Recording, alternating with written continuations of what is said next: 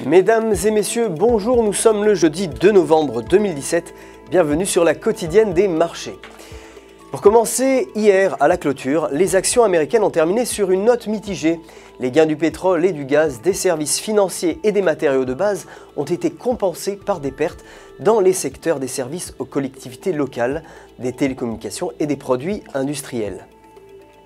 Le Dow Jones a progressé de 0,25%, le S&P 500 de 0,16% et le Nasdaq a perdu 0,17%.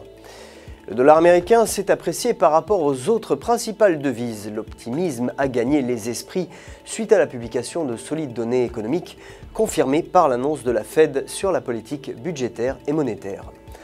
L'indice ISM PMI manufacturier est ressorti à un niveau plus faible que prévu, à 58,7 contre 59,5 précédemment. Aujourd'hui, les demandes d'allocation chômage sont attendues à 235 000 contre 233 000 précédemment. L'or est resté inchangé, clôturant à 1275 $ l'once. Le pétrole brut a légèrement baissé, en clôturant à 54,24 $ le baril. Quant à l'euro, il s'est déprécié face au dollar, clôturant à 1,1614 $ sur le graphique de 8 heures. La paire euro-US dollar évolue sur une résistance à 1,1690 avec un indicateur RSI sous 50. Si ces conditions se maintiennent, il se peut que la paire retourne vers les 1,1550. En revanche, si elle est franchie la moyenne, elle pourrait atteindre les alentours de 1,1750.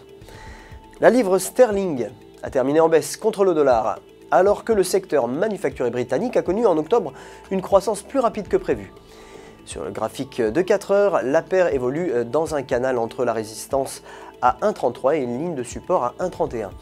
Un franchissement de la résistance pourrait pousser la paire vers 1,34, tandis que la cassure de la ligne de support pourrait conduire à une forte baisse vers 1,30.